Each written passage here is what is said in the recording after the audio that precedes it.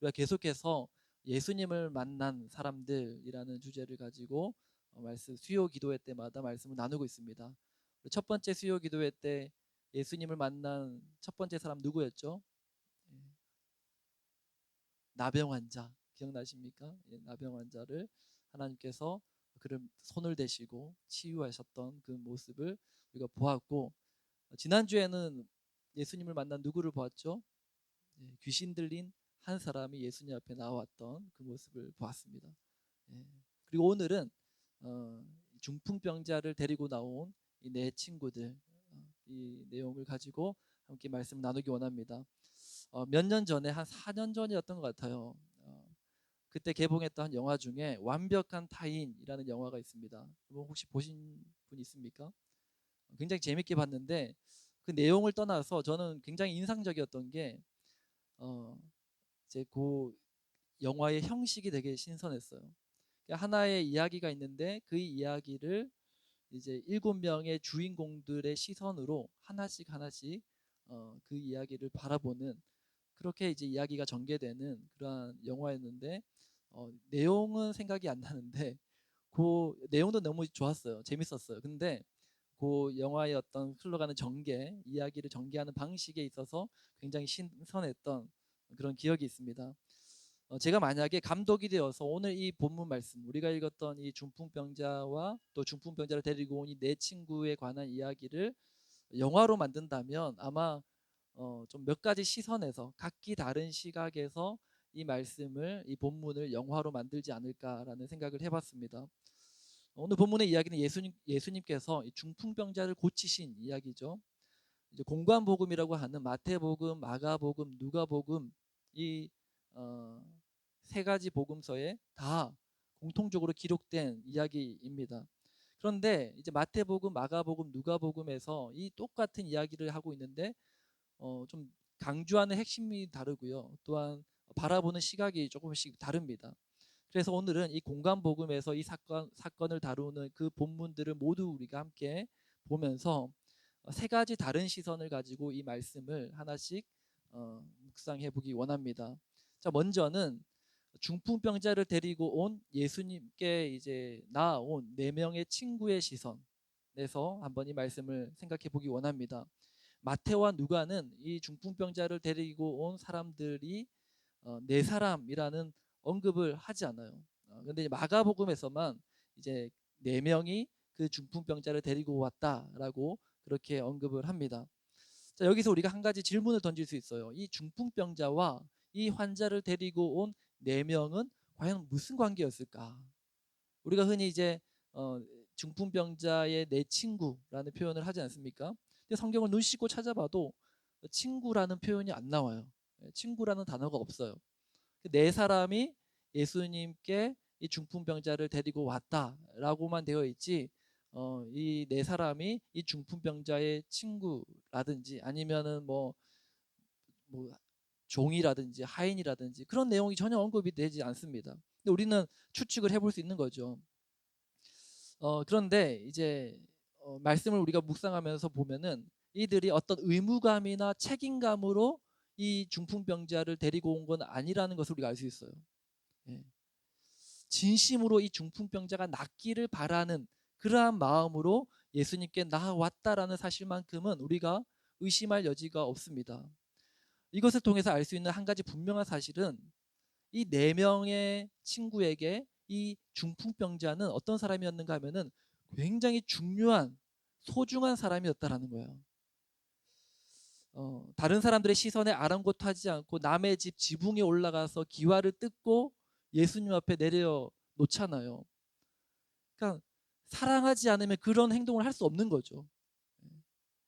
그들은 환자의 그 절실한 친구 또는 가족일 수도 있고요. 또는 친척일 수도 있을 것 같습니다. 그러나 중요한 것은 서로에게 너무나도 소중한 사이였다. 너무나도 중요한 그러한 존재였다라는 사실은 우리가 부인할 수 없을 것 같습니다. 어, 전에는 같이 이제 거리도 거닐고 같이 예배도 드리고 그렇게 함께 지내던 그 사랑하는 사람이 어느 날 갑자기 쓰러져서 병에 든 거예요. 고동할 수 없는 그런 환자가 된 것입니다. 우리가 인생을 살다 보면은 예고 없이 이러한 어떤 문제를 만날 때가 있습니다. 그 일이 나에게 일어난 일일 수 있고, 때로는 내 주변의 어떤 소중한 사람에게 불어닥친, 예고 없이 불어닥친 그러한 일일 수 있습니다. 그런 힘든 일을 당하면 어떻게 해서든지 그 문제를 해결해 보려고 하는 겁니다. 만약 아픈 사람이 내 자녀라면 부모는 어떻게 할까요? 전 세계를 뒤져서라도 이 자녀의 아픈 그 문제를 해결하려고 온갖 해볼 수 있는 거 다 해보지 않겠습니까? 예. 전 재산을 다 들여서라도 아마 자녀의 그 병을 고치려고 할 것입니다. 우리 중에 그렇게 어떤 문제의 해결점을 찾아 이리저리 헤매다가 예수에 관한 복음을 듣고 교회에 나오신 분들이 있는 줄 압니다. 그리고 문제의 해결이 신앙의 목적이 되어서는 안 되지만, 실제로 신앙을 가지는 동기는 문제를 해결하기 위한 답을 찾다가 그렇게 예수님께 나온, 그리고 교회에 발걸음을 하게 되는 경우를 보게 됩니다. 그리고 꼭 문제가 해결되기를 바라지 않더라도 여러 가지 문제로 인해 지친 내 마음의 위안을 얻기 위해서 예수를 찾아오는 사람들도 있습니다. 그리고 주변에 어떤 힘든 일을 당한 사람들에게 우리가 전도할 때 그런 말을 하지 않습니까? 교회에 와서 예배드리면 마음이 편안해질 거야. 그렇게 위로하고 그렇게 전도를 합니다. 중풍병자의 내 친구도 예수님께서 우리 마을에 오셨다라는 소문을 듣고 소중한 친구의 병을 고치기 위해서 그 친구를 이제 들것에 누여서 내 친구가 들쳐업고 온 거예요. 그런데 지금 그들 앞에는 어떤 문제가 있습니까? 수많은 사람들이, 수많은 무리들이 예수님이 계신 그 집에 둘러싸여서 그 앞에는 들어가 보지도 못하는 거예요. 우리 주변에도 신앙을 가져보려고 교회에 왔지만 교회 안에 어떤 여러 가지 문제 때문에, 사람들 때문에 시험에 들어서 교회에 발을 붙이지 못하고 정착하지 못하고 교회를 떠나버리게 되는 그러한 경우를 많이 보게 됩니다. 중풍병자의 내 친구들도 그렇게 포기하고 돌아갈 수 있었어요. 사람들이 너무 많아, 우리가 도저히 들어갈 수 없어, 그렇게 자포자기하고 포기하고 돌아갈 수 있었지만 그들은 그렇게 하지 않았죠. 어떻게 했습니까? 그 집의 지붕으로 올라가서 지붕의 기와를 뜯고 친구를 들것에 누워서 예수님 발 앞에 내려놓습니다. 우리는 이 대목에서 보통 어떻게 생각하는가 하면은, 저들의 그 포기하지 않는 집념, 어떻게 해서든지 문제를 해결해 보려고 하는 그 적극적인 태도와 자세, 그런 자세로 우리가 하나님 앞에 나아가야 돼, 그런 자세를 가져야 돼라고 생각을 합니다. 물론 성경 속에서도 이런 도덕적인 교훈을 우리가 발견할 수 있어요. 하지만 성경이 이 말씀을 통해서, 오늘 이 본문을 통해서 우리에게 던지는 메시지가 그런 도덕적인 교훈에 그치지만은 않습니다. 중풍병자인 내 친구들이 보여준 믿음, 예수님께서는 그들의 믿음을 보시고 이 중풍병자의 병을 고치셨단 말이에요. 예수님이 보았던 그들 안에 있는 그 믿음은 그런 도덕적이고 교훈적인 어떤 태도나 자세에 관한 것은 아니라는 것입니다. 그들 눈앞에 있는 장애물을 뛰어넘어서 예수님 앞에 나아가려고 했던 그들의 믿음의 실체가 뭘까? 마태복음 9장 2절에서는 이렇게 말씀합니다. 마태복음 9장 2절 말씀 함께 있습니다. 시작. 침상에 누운 중풍병자를 사람들이 데리고 오거늘. 자, 여기서 데리고 오다라는 이 단어의 헬라어 단어가 프로스페로라는 단어인데, 이 말은 무슨 뜻인가 하면은 원뜻은 제물을 바치다, 제사를 드리다라는 뜻이에요. 오늘 본문 이제 누가복음 5장 18절부터 19절에 보면, 우리가 읽었던 본문 말씀에 보면 예수 앞에라는 단어를 반복해서 쓰고 있어요. 그러니까 지금 이들이 나아가는 방향과 목적에 대해서 이 성경 기자는 강조하고 드러내고 있다라는 거예요. 이 네 사람은 예수 앞에 제물을 바치고 제사를 드리는 그런 심정으로 나아가고 있다라는 겁니다. 그 말은 무슨 뜻인가 하면은, 이 환자의 죽고 살고는 이제 우리 손을 떠났습니다. 예수 앞에 바칩니다. 이제 이 환자의 생명은 주님 손에 달렸습니다. 죽이든지 살리든지 주님 알아서 하십시오. 그런 심정으로 이 중풍병자의 내 친구가 주님 앞에 나온 거예요. 남의 집 지붕을 뜯는 행위도 자기를 다 내려놓은 사람이 할 수 있는 행동이라는 거예요. 예수님은 그 마음을 보신 거죠. 문제의 주도권이 나에게 있는 것이 아니라 하나님께 있음을 아는 것. 그것이 믿음이다라고 오늘 말씀이 우리에게 말하고 있습니다. 마태복음 11장 28절 우리가 잘 아는 말씀이죠. 우리 함께 있습니다. 시작. 수고하고 무거운 짐진 자들아 다 내게로 오라. 내가 너희를 쉬게 하리라. 이 말씀은 네가 짊어지고 있는 그 문제의 주도권을 내려놓고 생사화복을 주관하시는 하나님께 맡겨라. 하나님을 신뢰하라. 라는 말씀이에요. 오늘 여러분들 손에 무슨 문제가 붙잡고 있습니까? 무슨 문제를 붙들고 왔습니까? 어떻게 해서든지 내가 이 문제를 해결해 보리라. 그런 마음으로, 그런 심정으로 주님 앞에 나왔습니까? 오늘 이 중풍병자의 내 친구와 같이 하나님 앞에, 주님 앞에, 그 앞에 나아가서 문제의 주도권을 내가 지고 있는 게 아니라 하나님 앞에 내어 맡기는 그러한 우리 모두가 될 수 있기를 주님의 이름으로 축복합니다. 자, 오늘 본문을 바라보는 두 번째 시선은 중풍병자를 고치신 예수님의 시선이에요.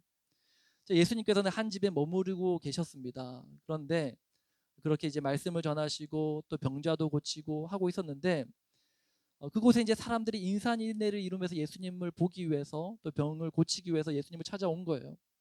그때 갑자기 어떤 일이 일어났습니까? 막 지붕이 뜯어지더니 먼지가 풀풀풀 날리더니 그 위에서 시커먼 물체가 하나 내려오는 거예요. 얼마나 황당했겠어요. 거기에 있는 사람들이 막 이게 뭐야 하면서 난리가 나지 않았겠습니까? 그리고 이 한 환자가 병상에 누인 채 예수님 발 앞에 내어졌습니다. 예수님께서 주변을 한번 이렇게 둘러보셨는데 주변 사람들의 눈빛이 어땠을까요? 이제 예수님께서 어떻게 이 환자를 고치실까? 어떻게 예수님이 어떤 기적을 베푸실까? 그런 어떤 사람들의 어떤 기대에 찬 시선을 보았을 겁니다. 거기에 모인 모든 사람들의 시선, 그들의 어떤 관심은 어떻게 예수님께서 이 환자의 병을 고칠까? 어떻게 예수님께서 이 문제를 해결해 주실까? 거기에 사람들은 이제 관심이 주목하고 있는 거예요. 원래 사람들은요, 항상 병의 진단보다 처방, 문제 해결에 더 많은 관심을 가집니다. 그럼 무슨 효험이 있는 어떤 처방, 비방, 비법이 있다면은 사람들은 다 너도 나도 할 것 없이 그 비방을 얻으려고 하는 거예요.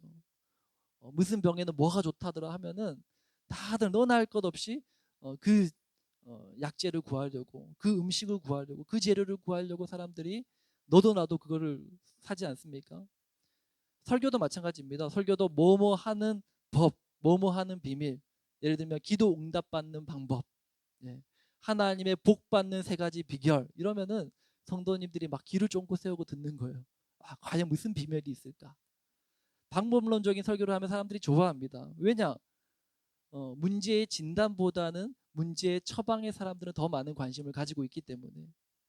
그런데 죄에 대해서 말하고 십자가, 복음, 예수님의 죽으심, 부활 이런 것들은 사람들에게는 별로 귀에 와닿지가 않는 거예요. 왜? 관심 대상이 아니니까. 진단보다는 처방이 더 중요하다고 생각하는 겁니다.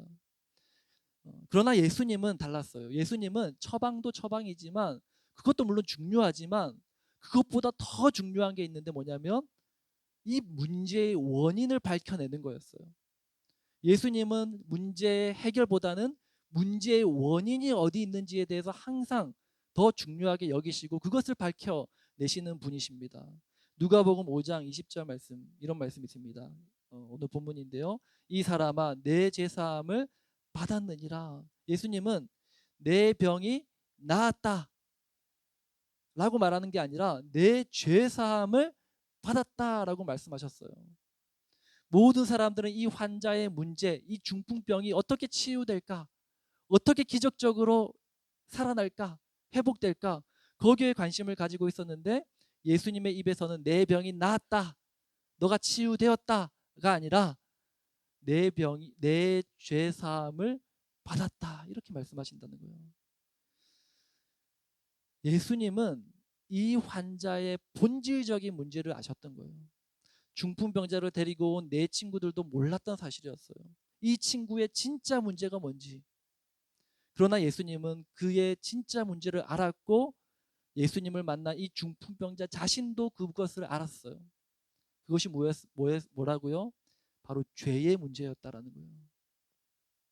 예수님께서 중풍병자에게 내 죄 사함을 받았다라고 말씀하실 때 이 말을 들은 서기관과 바리새인들이 어떻게 반응했을까요? 본문 21절 우리 함께 읽습니다. 시작. 서기관과 바리새인들이 생각하여 이르되 이 신성 모독하는 자가 누구냐? 오직 하나님 외에 누가 능히 죄를 사하겠느냐? 서기관과 바리새인들이 속으로 생각한 거예요. 도대체 이 사람이 누군데 신성 모독하느냐? 자기가 누구길래 죄를 사하느니 마느니 아느냐? 그렇게 속으로 생각했는데 예수님은 그 생각도 다 꿰뚫어 아시죠? 23절에 이렇게 말씀합니다. 다 같이 읽습니다. 내 죄사함을 받았느니라 하는 말과 일어나 걸어가라 하는 말이 어느 것이 쉽겠느냐? 여러분 어느 것이 쉽겠습니까? 일어나 걸어가라 이 말이 더 쉬워요. 왜? 사람들이 이 말만 기대하고 있거든요. 사람들은 예수님의 입에서 이 병을 고쳤다라는 그 말을 듣고 싶어요. 사람들이 듣고 싶어하는 그 말을 하면 예수님은 슈퍼스타, 사람들의 기대에 충족시켜주는 존재가 되는 겁니다. 사람들의 관심은 이 사람의 죄의 문제에는 관심 없었어요. 어떻게 하면 예수님이 이 사람의 그 병을 고칠 수 있을까? 그게 사람들에게는 신기하고 짜릿하고 그리고 그걸 보고 싶어 했던 거예요. 그런데 예수님의 관심은 달랐다라는 것이죠. 예수님에게는 병 고침보다 더 중요한 것이 있었는데 그것이 바로 죄 사함이라는 문제였다라는 것입니다. 병 고침이 우리의 육신의 문제라면 죄 사함은 우리의 영혼의 문제인 거죠. 우리가 사람 중에도 보면은 별일도 아니는데 막 짜증이 나고 막 화를 내는 사람들이 있어요. 주변에 보면 굉장히 예민하신 분들 있죠. 그러면 우리가 간혹가다 그러면은 뭐 오늘따라 컨디션이 좀 안 좋나 보다 그렇게 생각할 수 있는데 늘 이렇게 화가 나 있고 뭐 짜증이 나 있고 예민하고 그런 분들을 대할 때가 있습니다. 그러면 어떻게 대합니까? 막 그분들에게 가기가 무서운 거예요. 조마조마한 거예요. 또 어떻게 내가 좀 잘못 실수해가지고 이 사람이 또 상처받을까? 노심초사한 거예요. 마치 깨지기 쉬운 어떤 그릇을 다루듯이 그 사람에게 다가가서 혹시나 마음의 상처를 주지 않을까 눈치만 보게 되고. 근데 이 사람의 문제가 뭘까요? 그 사람의 진짜 문제는 그 영혼의 문제가 있다라는 거예요. 때로 이유 없이 짜증이 날 때가 있습니다. 주변에서 살짝만 건드려도 폭발할 것 같아요. 우리는 그 원인이 일이 너무 많아서 너무 바빠서 외부의 어떤 상황 내가 지금 이런 힘든 상황 때문에 그런 거야 라고 우리는 생각할 수 있지만 사실은 그렇지 않다는 거예요. 문제는 내 영혼에 문제가 있는 거예요. 내 영혼이 병든 거예요. 내 영혼의 질서가 무너진 겁니다. 우리는 하나님 앞에 나아가 기도할 때 우리의 영적인 문제를 깨닫게 되는 거예요. 가슴 답답하고 뭔가 이 마음에 꽉 막힌 뭔가가 있어요. 뭔지를 모르겠어요. 그게 뭔가 그 실체가 뭔지를 우리가 언제 깨달으냐 하면은 기도할 때 하나님은 우리의 이 영혼의 문제를 보게 하신다라는 거예요. 그리고 그 문제의 중심에 내 죄가 있음을 보이시고 그리고 그 죄에 대한 회개를 하게 하신다라는 거예요. 오늘 나의 진짜 문제, 우리 자녀의 진짜 문제, 내 배우자의 진짜 문제가 무엇입니까? 내가 문제라고 생각했던 것보다 더 중요한 문제가 있을 수 있어요. 그걸 깨닫고 진단해내는 것이 하나님의 은혜다라는 것입니다. 오늘 예수님 앞에 나오게 된 이 중풍병자는 그걸 깨달은 거예요. 자신의 진짜 문제를 깨달은 거예요. 그래서 우리가 마지막 이 묵상할 세 번째 시선은 중풍병자의 시선입니다. 오늘 본문의 이야기, 이 말씀 속에서는요. 이 중풍병자가 고침받은 이야기인데 사실 이 중풍병자가 무슨 말을 하고 중풍병자의 어떤 대사는 한마디도 나오지 않아요. 근데 우리는 성경을 묵상할 때 이 상상력을 발휘해서 그 상황, 성경의 상황 가운데 들어가서 이 말씀을 좀 생각해 보면 좋습니다. 예. 그래서 제가 이 중풍병자의 입장에서 한번 상상해 봤어요. 과연 이 중풍병자는 어떤 심정이었을까? 여기서부터는 제가 중풍병자의 입장에서 생각해 본 중풍병자의 독백입니다. 들어보시기 바랍니다.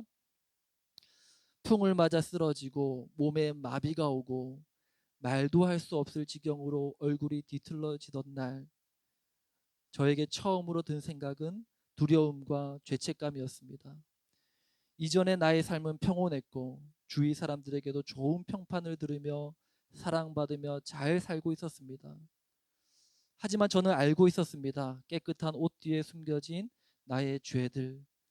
비록 행동으로 옮기지 않았고 표정이나 말로는 드러나지 않았지만 내 마음속에서 일어나는 수많은 더러운 생각과 정죄와 교만과 욕심들. 그런데 이 병이 날카로운 칼이 되어 나의 몸과 마음을 찔렀습니다. 처음엔 굵직한 죄들부터 시간이 지나면서 아주 작은 죄들까지 낱낱이 드러나고 생각나고 떠올랐습니다. 나의 마비된 육체는 포대자루와 같았고 나는 그곳에 갇혀 숨막혀하며 소리 없는 비명을 질러댔습니다. 그러던 어느 날 나의 친구들이 나를 들쳐업고는 어디론가 데리고 갔습니다. 그곳에는 수많은 사람들이 붐벼 있었고 도저히 안으로 들어갈 수 없는 상황이었습니다. 내 친구들은 저를 들고 그 집 지붕으로 올라가더니 지붕을 뜯기 시작했습니다. 그리고 저는 조금씩 조금씩 그 집 안으로 내려졌습니다. 저는 어느 한 분의 발 앞에 눕혀졌습니다. 그리고 그를 만났습니다. 그는 제게 말했습니다. 이 사람아, 내 죄사함을 받았느니라. 그 순간 거짓말처럼 끈적끈적한 검은 피와 같았던 나의 죄가 사라지고 있음이 느껴졌습니다. 제 마음 깊은 곳에 막혀있던 죄 덩어리가 눈 녹듯이 녹아내리는 것을 느낄 수 있었습니다. 저는 그때 비로소 크게 숨을 내쉴 수 있었습니다. 회개의 눈물이 터져 나왔습니다. 맞습니다. 그분은 진정 하나님의 아들, 오시겠다 약속하셨던 메시아였습니다. 저는 하나님의 아들 메시아를 만나 제 영혼의 병이 고침받았습니다. 저는 이제 내 병이 낫지 않아도 여한이 없습니다. 저는 저의 아픈 몸을 가지고 죽을 때까지 하나님께 영광 올려드리는 그런 삶을 살기로 결심했습니다. 그런데 그때 예수님께서 저를 향해서 또다시 말씀하셨습니다. 일어나 집으로 돌아가라. 저는 예수님이 하신 그 말씀에 의지하여 다리에 힘을 줘보았습니다. 그런데 정말 거짓말처럼 다리에 힘이 들어가면서 조금씩 일어설 수 있었습니다. 그리고 저는 누워서 생각했던 것처럼 이제부터 예수님을 따르는 제자가 되고 싶었지만 예수님은 저에게 일어나 집으로 돌아가라 말씀하셨기에 저는 두말 없이 그분의 말씀에 순종하여 곧장 집으로 돌아갔습니다. 여러분, 중풍병자는 자신의 진짜 문제를 보았던 거예요. 그리고 그 진짜 문제를 예수님을 만나고 해결받았습니다. 이제 자신의 죄가 사라졌고 병도 사라졌어요. 자, 그가 예수님을 만나고 예수님의 내 죄 사함을 받았느니라 하는 그 선언을 통해서 마음속 깊이 틀어막고 있었던 어쩔 수 없지 포기해 버렸던 그 뿌리 깊은 죄의 권세를 이겨낸 것입니다. 오늘 이 중풍병자를 향한 예수님의 선언이 오늘 나를 향한 하나님의 선언임을 믿으시길 바랍니다. 본문에서 이 중풍병자의 대사는 한마디도 나오지 않아요. 그에게 할당된 지문은 딱 하나였습니다. 오늘 본문 25절 말씀 함께 있습니다. 시작. 그 사람이 그들 앞에서 곧 일어나 그 누웠던 것을 가지고 하나님께 영광을 돌리며 자기 집으로 돌아가니. 여기서 우리는 중요한 가르침을 하나 발견해요. 주님께서 우리에게 은혜 주셔서 구원해 주신 목적이 이거라는 거예요. 그것이 무엇인가 하면은 일어나 집으로 돌아가는 것입니다. 집은 어디입니까? 우리의 일상이 있는 곳, 살을 부대끼며 살아가는 곳, 우리의 가정, 내 사업의 현장, 나의 직장, 나의 학교, 그곳으로 돌아가라는 거예요. 예수님께서 중풍병자의 오랜 마음의 짐을 벗겨주셨듯이 내 영혼의 무거운 짐을 벗겨주신 줄 믿습니다. 내 육신의 문제 이면에 내 영혼의 문제, 죄의 문제를 완전히 해결해 주셨습니다. 이제 어떻게 해야 될까요? 집으로 돌아가서 내 일상의 삶에서 그 사실을 기억하고 주님께서 내 죄의 문제를 해결해 주시고 나를 구원하여 주신 그 진리를 내가 품고 사는 거. 하나님이 우리에게 원하시는 거 그거 하나라는 거예요. 그것이 하나님 우리에게 맡기신 사명입니다. 사명이 뭐 대단한 거 아니에요. 은혜 입은 자로 살아가는 겁니다. 하나님이 내 삶 가운데 찾아오셔서 만나주시고 내 영혼을 변화시켜 주신 그 사실을 내가 기억하고 사는 거예요. 그것이 저와 여러분들에게 맡겨진 하나님이 우리에게 맡긴 사명인 줄 믿으시길 바랍니다. 우리 시간 함께 찬양하며 나아가겠습니다. 오늘 여러분 중에 이 중풍병자와 같이 마음의 병, 또 육신의 병, 또 온갖 여러 가지 또 말 못할 그런 마음의 아픔을 가지고 살아가는 분 있습니까? 뭔가 알 수 없는 그런 답답한 마음, 마음의 응어리가 맺힌 것 같은 그러한 먹먹함을 가지고 살아가는 분이 있습니까? 오늘 내 죄 사함을 받았느니라 하시는 이 예수님의 선언을 나를 향하신 주님의 믿음의 선포로 받아들이시길 바랍니다. 주님, 내가 의에 줄이고 목이 마릅니다. 성령님 오셔서 기름 부어 주시고 주님 내 잔, 내 마음을 주님의 은혜로 채워 주옵소서. 주님 성령님으로 채워 주옵소서. 우리 함께 이 마음을 가지고 찬양하며 나아갑니다. 마음이 상한 자를